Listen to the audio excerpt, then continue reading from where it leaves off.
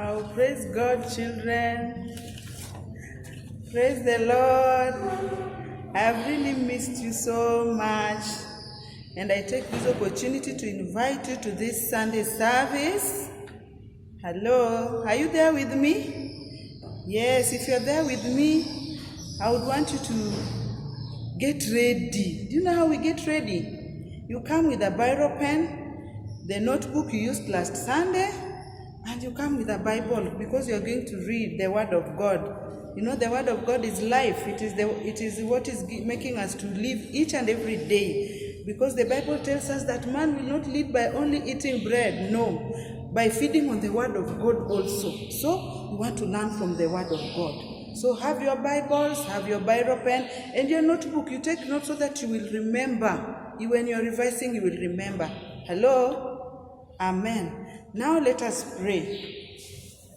Let us put our hands together, zip our mouths, and then we pray. Let us pray. Father, we thank you for this day. It is a beautiful day that you have made. Jehovah God, we thank you and we give you all the glory. We want to thank you for the opportunity and the time you have given us as children to learn from your word. Jehovah, I pray that your word will come into our hearts. It will grow and it will bear fruit, so Jehovah God. And Jehovah God, we pray that your word will work in us. We will feed in your word, O King of glory, because the Bible tells us that man cannot eat bread alone, but man can eat the word of God. By listening to the word of God, by reading the word of God, Lord God Almighty, we are feeding on your word. We pray that you help us in our understanding. We pray that the Spirit of the living God may take over. And I pray that Jesus Christ may take control. Lord, we thank you and we give you all the glory and honor. In Jesus' name we pray. Amen. In Jesus' name we pray. Amen. Last Sunday, we had Teacher Lilian Nyamita teaching us. But today, I am the one who is going to teach you. And I would want to tell you my name in case you forgot, or in case you're watching me for the first time. My name is Teacher Grace. And those who love me call me Teacher Gracie. Yeah? So that is my name. Last Sunday we were taught by Teacher Lilian. And she taught us about unstoppable love of God. God has unstoppable love. Even in situations that people are going through, God still loves us. You remember the story of Paul and Silas. The love of God was unstoppable. They were in prison, but God still loved them. They were chained. They were chained on the hands. They were chained on the legs. But they praised God in that situation, and God showed them love by breaking those chains, and they were set free. So the love of God is unstoppable. God loves us so much, so much, and his love for us is unstoppable. That is the topic we had last Sunday. And today we also want to learn about race of hope. Race of hope. And here is the topic. The topic is, can you read with me? Race of hope. Yes. Do you know what a race is? A race. A race is somebody who is running for competition. You can be running, you can be swimming for competition, you can be cycling for competition. It is a race. And we want to talk of a race of running. Wale wenye wanakimbianga hata huko stadium, mnaonanga wamechora hivi kiwanja, watu wanaenda wamechora lines hivi, watu wanakimbia, wana compete. That is physical. In the spiritual life also we have a race. And this race, you cannot run it if you are not qualified. And how do you qualify for the race? Watoto, kuna kukimbia. Na hii kukimbia lazima uwe qualify. Uwe qualify kukua kwa hiyo race, you know? And how do you qualify to be in this race? By being born again. How many of you are born again? How many of you declares Jesus Christ as their Lord and Savior? Yes, for those who are born again, we thank God for you. And for those who are not born again, we will pray at the end of the meeting so that you may be born again. And so, in this race, you have to start by being saved. You remember the story of Paul. Paul was a bad person. By then, he was called Saul. He was called Saul. And he was a bad person. And he was a sinner. And you know what he used to do? He used to go and where Christians are gathering, the children of God who are saved, like here in church. If Saul was there today, he would come and start beating the children of God and even kill the children of God. He was a sinner. And one day, what happened to Paul? Hey, Paul was just walking. He was going to persecute the children of God. And he was walking. And then Jesus Christ met him. And Jesus Christ appeared to him. And then you know what happened when Jesus Christ appeared to him? He fell down and he became blind. He could not see. He was like this. And he didn't know what was happening because he was hearing a voice telling him, Paul, Paul. No, but then he was called Saul. Saul, Saul, why are you persecuting me? You know, he didn't know by beating the children of God, by beating the Christians, he was persecuting Jesus Christ. So Jesus Christ asked him, akamuuliza, Paul, kwa nini unanitesa hivi? Kwa nini unachapa watu wangu kanisani wakiniabudu? Saul, kwa nini unanifanyia hivi? And then you know what happened? He said, hey, this voice, that voice came with power. Ilikuja na nguvu, akasema, this is not an ordinary voice. Si sauti ya binadamu. Hii inaweza kuwa sauti ni ya Mungu. And then akasikia akiambiwa, enda mahali fulani utapata prophet, alafu atakushika macho na utaona tena na uanze kunifanyia nini? Kazi. Paul akaenda, na unajua alikuwa blind, hata sijui nani alikuwa na mlead. Akaenda, wakamguza, akaanza kukimbia this race. So you have to be born again in order for you to run this race. You have to know Jesus Christ as your Lord and Savior in order for you to qualify to run this race. This race is for those who are saved, who are born again. This race is for the people who know God, the living God. Not so wale God wengine watu wengine wao wanasema. It is a race for the people who know God. And if you want to start running this race, like Paul started running this race, he got saved. He said, Lord, forgive me. I am a sinner. Forgive me. Alilia mbele za Mungu. Alilia Yesu, nisamehe. Sikujua ni wewe nilikuwa ninatesa. Kama hii wimbo inaimbwanga, Sauli, mbona wanitesa? Sauli, mbona wanitesa? Saul alikuwa anatesa Yesu na hakujua it was Jesus Christ alikuwa anatesa. Alikuwa na persecute watoto wa Mungu. Alikuwa na wachapa, alikuwa na wafanyia vitu mbaya paka wengine walikuwa wanakufa. And then Paul akaokoka. Akaanza kurun this race. Na hii race, if you want to run, according to the book of Hebrews chapter 12, we are going to read. You have to be born again. We are going to read Hebrews chapter 12. Can you open your Bibles in Hebrews chapter 12? Mimi nimeshafungua yangu Hebrews chapter 12 so that we know how to run this race. You must be born again. That is number 1. Write it down. You must be born again. That is how you qualify. Number 2. Let us read Hebrews chapter 12, verse 1 and 2. And it reads, as for us, we have this large crowd of witnesses round us. So then, let us rid ourselves of everything that gets in the way, and of the sin which holds on to us so tightly, and let us run with determination the race that lies before us.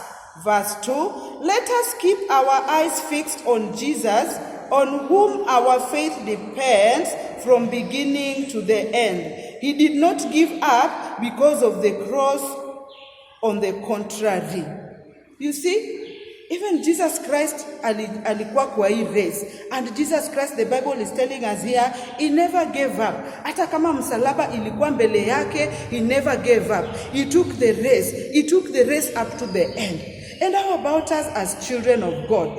Are we also running to get to the point that Jesus Christ pia alifika? He went to the point of going to heaven and seated at the right hand of the Father. He went to the point of being crucified for our sins so that we may also join him in this race. Jesus Christ is the one who opened for us this race that we may run. So you must be born again for you to be qualified. And then after you have been born again, have you seen athletes the way they run? They normally don't have any weight in them. No.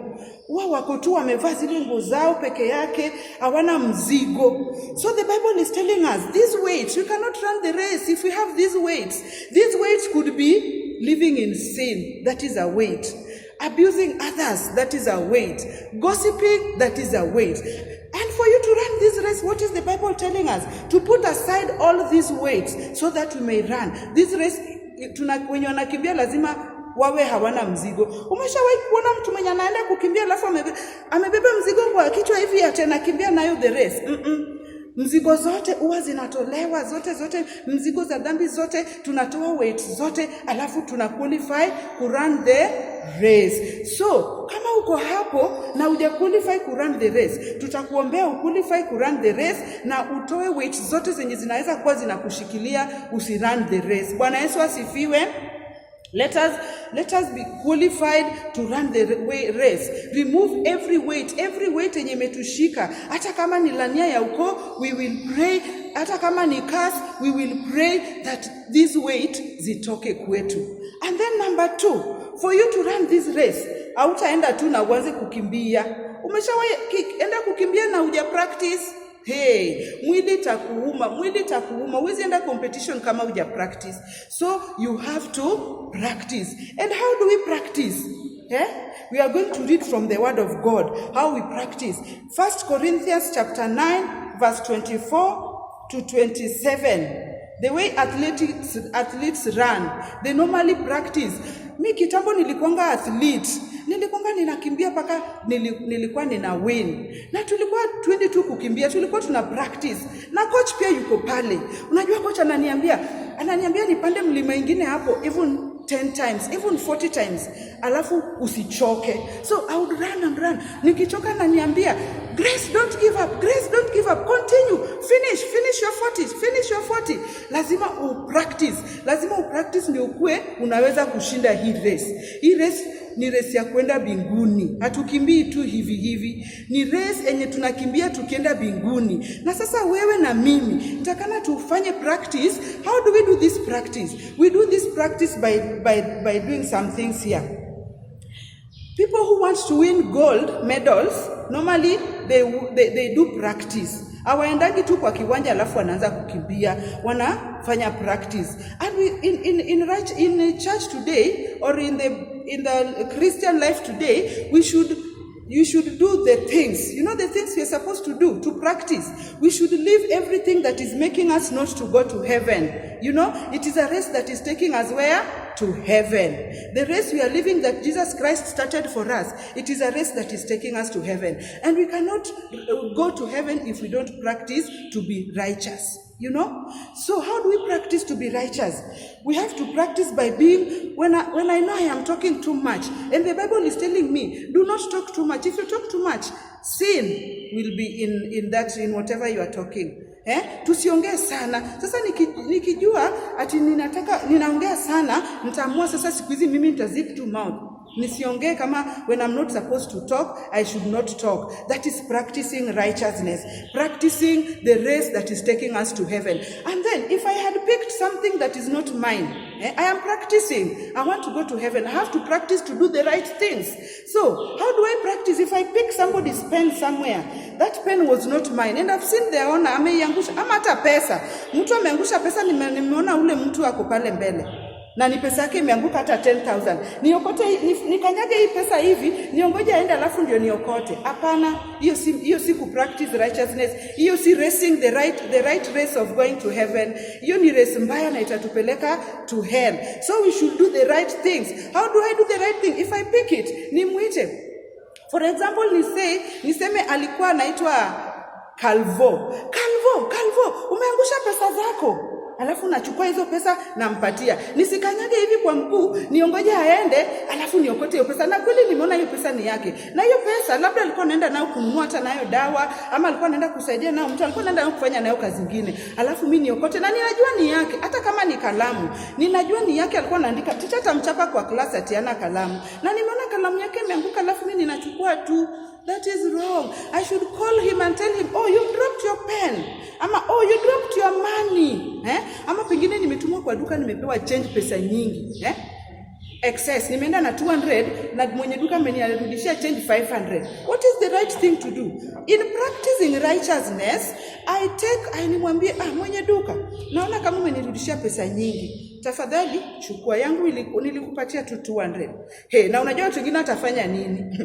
Atachukua hiyo pesa, aende atoroke nayo. Amenipea pesa nyingi. Si ni bahati yangu.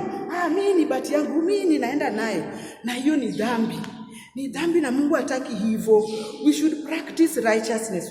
In order for us to finish the race, to win the race, we should practice to do the right thing. That is found in the book of 1 Corinthians 9:24-25. And even 2 Timothy chapter 4 verse 7-8. You train yourself to do the right thing. The way those people who run, they train themselves to get the prize. We train ourselves to do the right thing so that when we win the race, Jesus Christ will come for us and we will go to heaven. And even we will get prizes. You know, those people who run, they normally get prizes. And there is always somebody mwenye anawalid, anakimbia. Ujue huyo mwenye alikimbia hivyo sana, yeye alifanya practice sana ndiye akapata hiyo number 1. How about you and me? What are we doing to practice to do the right thing so that we may make it to heaven? There is a place that is prepared for us there. But only those who practice to do the right thing, who do righteousness, who live a holy life will make it. Children, wenye wanaishi maisha mazuri, akiokota pesa ya mtu anampatia. Alafu huyo mtu tena akipractice righteousness, akikosea mtu anaenda kumwambia, please, I'm sorry, please forgive me. Do we have a repentant heart? A heart yenye itaenda kuambia, tafadhali nisamehe, nimekukosea. Hata kama mama alikupatia kazi na hujafanya, utapata viboko, because that is punishment. Ukusikia maneno. Do you know what you are supposed to do? Kimbia kwa mama, you told me to do something. Please, I forgot. Forgive me, mama. Forgive me, daddy. Ama kama ni uncle na auntie, please forgive me, auntie. Ukikosea mtu, useme, I am sorry. That is, una practice righteousness. Una practice holiness by doing the right thing. Unasema, I am sorry. How about if somebody gives you a gift? Unachukua tu gift ya mtu na wewe umeanza kutembea unaenda. Jamani. Hata for example, mimi nikununulie chips saizi. Alafu ninakununulia chips na nakupatia chips yangu nakula tu. Na hata hujaniambia asante. What are you supposed to do, children? You're supposed to say thank you. Hata mimi saizi nimeenda pale nimeomba hii maji. Esther amenipatia. Nikamwambia Esther, thank you and God bless you. That is practicing righteousness, practicing holiness, doing the right thing to run this race. We are in a race. I told you when you get saved, you are in a race of going where? To heaven. And you have seen, let me show you the way races are here on earth. You see? Here is a chart of people who have won the race. Unaona huyo? Our next is going to be winning the prize. You see that person? Yeye ndiye amekuwa number 1. Alafu unaona hapo kuna mtu mwingine huku, yeye ametoka kwa lane. Yeye hata kimbii kwa lane yake. Yeye ametoka kwa lane, yeye hajui hata afanye nini. Alafu kuna mwingine hapa ameanguka. Mnaona? Nikisimama hivi mnaona, si ndio? Haya, kuna huyu mwingine huyu wa huku ametoka kwa line yake. Sasa yeye akimbia hata kwa line yake confused. Children, we should not be confused. We should run on our lanes. Unaona huyu mwingine ameanguka. Akirun on his race, his lane. Ameanguka, lakini hata akianguka, akiamuka anaweza to make it. Even in our lives today when you are practicing righteousness. For example, umeanguka, umefanya dhambi. Usi give up. Amuka. endelea na mbio na utafika pale kwa finish mark. Unaona huyu amefika kwa finish mark. Yeye ndio number 1. Unamwona? Kwa sababu haku give up, alikimbia na nguvu zake zote because ali practice to do the right thing. It will be the same way if we run the race of going to heaven. When we finish, we will be given what? Prizes. And these prizes yenye tutapewa binguni. Like the way those who win here on earth, they are given what? Gifts. I am going to show you the prizes wenye wamewin huwa wanapewa. Mumeona kwa hiyo picha? Huyo mwenye amewin atapewa kitu kama hii, gold medal. I mean this trophy. This is called a trophy. Anaenda kupatia. Alafu hata rejoice. Mnaonanga venye Eliud Kipchoge siku ile aliwin. Alipewa hii trophy. There is a prize. When we are running the race of going to heaven, there is a prize waiting for us in heaven. Wangapi watapewa prize na Yesu? Wenye watawin watapewa trophy ama watapewa the crown. Alafu watakimbia nayo wakisema, "Hey Yesu, asante, nimeshinda." It is the same way here on earth. I have seen even here in church we have children wenye wanakimbia like watoto wa Elder Okal. Wao wanakimbia paka wanapewa trophies kama hizi. Mnaona hizi? Alafu wakikimbia wanapewa trophies kama hii. Alafu wengine pia wanapewa medals. Mnaona hizi medals zote? Wenye wamewin wanapewa prize. Those who win are given a prize. Ask yourself, are you able to win? Will you be given a prize in heaven? Unaona hizi ni za hapa duniani. Lakini za binguni ni mzuri na zimekuwa decorated na gold. Na wenye watawin, watapractice to live a holy life, watakuwa righteous, hao ndo make it. And we should run this race knowing that there is a prize. There is a prize to be won.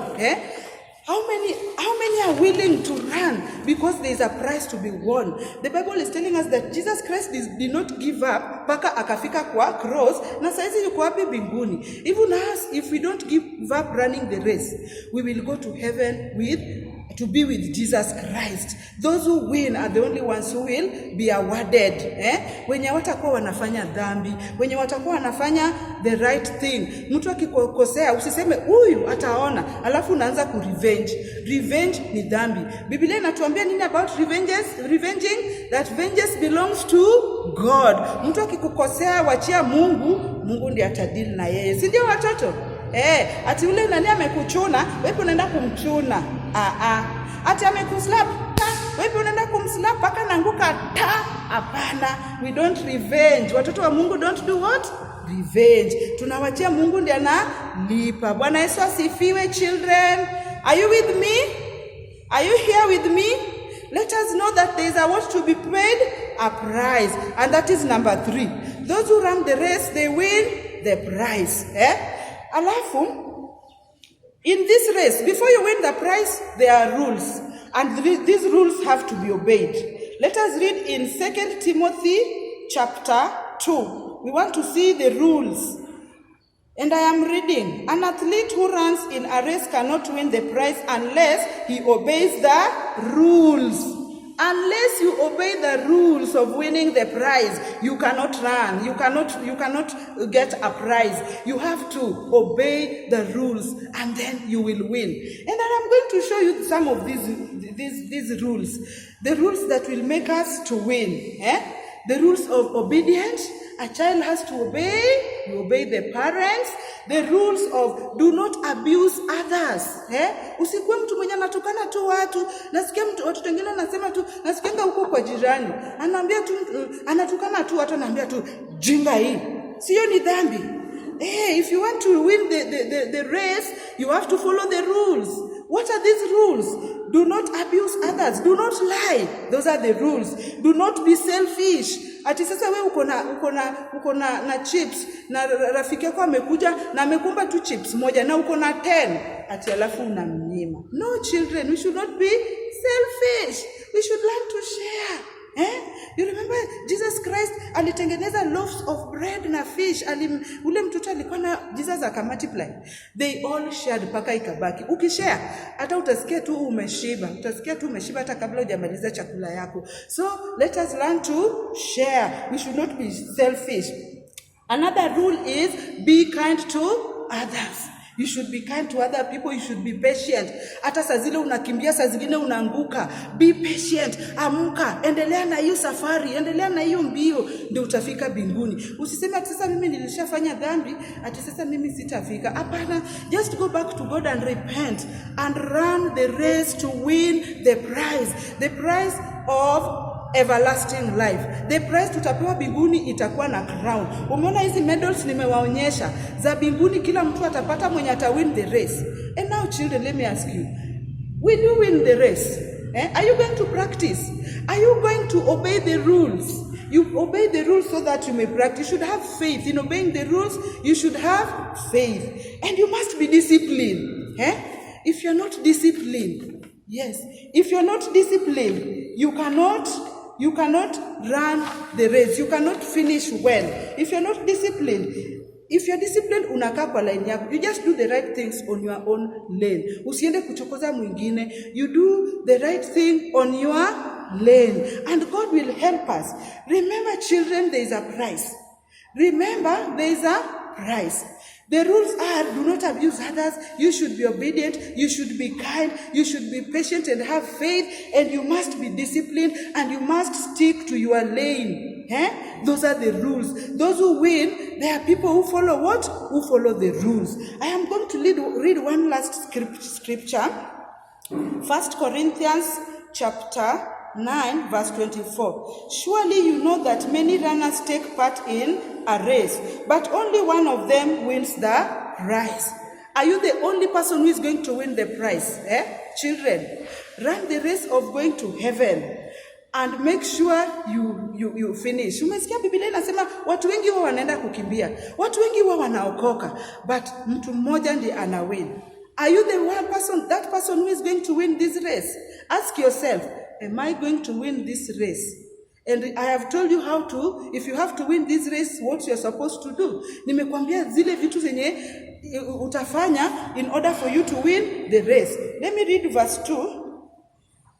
But only one of them wins the prize. Run then in such a way as to win the prize. Kimbia kama mtu mwenye anataka ku win the prize. Do the right things in the house of God at home so that you may win the prize. And it reads, every athlete in training submits to strict discipline. I told you one rule is supposed to be discipline. You must be disciplined. How many here are disciplined?